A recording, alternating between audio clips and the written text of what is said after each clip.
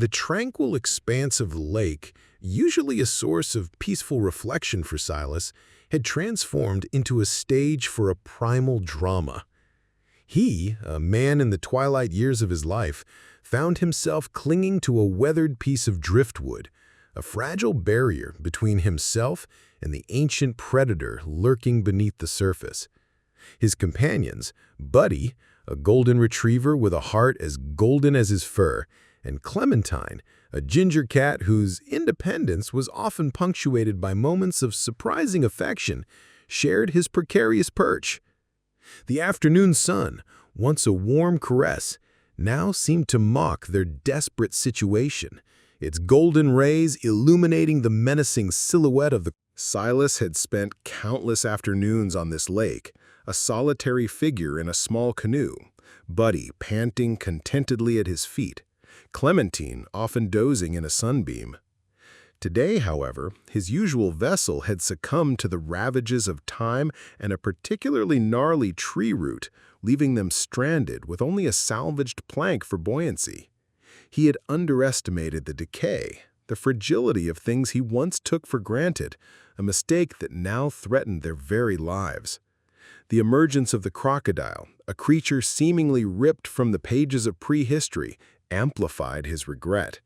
Its presence was a stark reminder of the raw, untamed power that still held sway in the natural world, a world Silas had always respected, but perhaps grown complacent towards.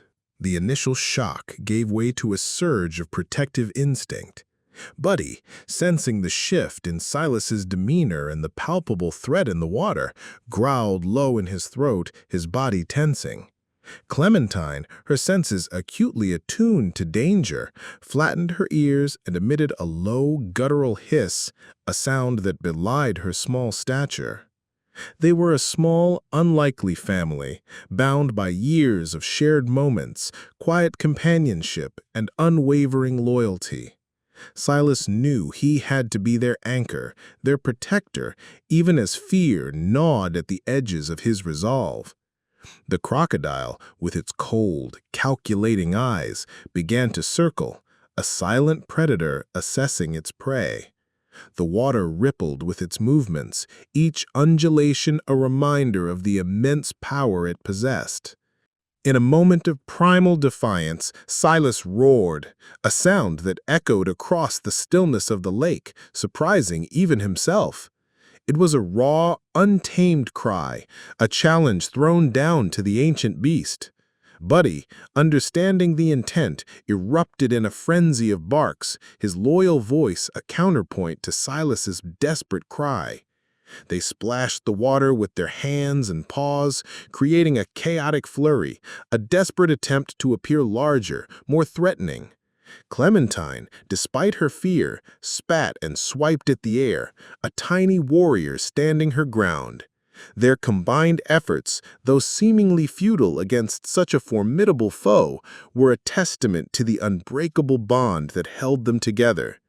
It was a language of courage, spoken through sound and action, a desperate plea for survival in the face of overwhelming odds. The crocodile, for a fleeting moment, seemed taken aback by the unexpected resistance. Its relentless advance faltered, its gaze flickering between the determined old man, the fiercely barking dog, and the hissing cat.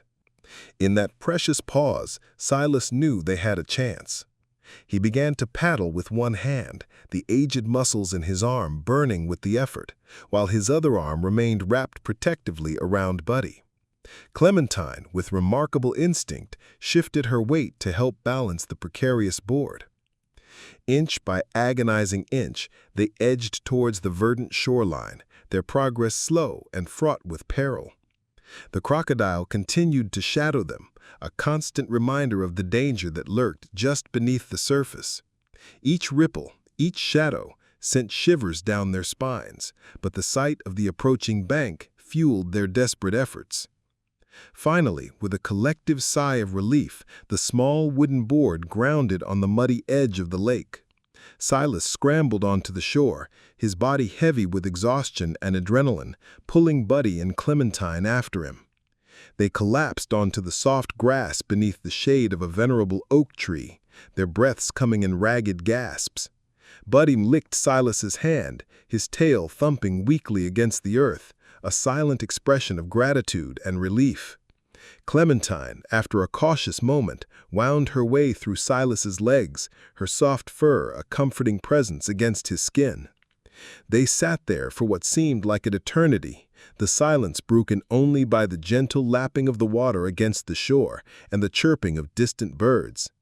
The setting sun painted the sky in hues of orange and purple, a beautiful yet poignant reminder of the day's terrifying ordeal.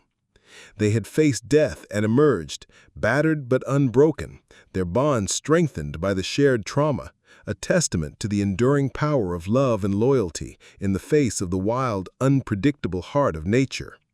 They knew they would never look at the tranquil lake the same way again, forever marked by the day the ancient predator rose from its depths.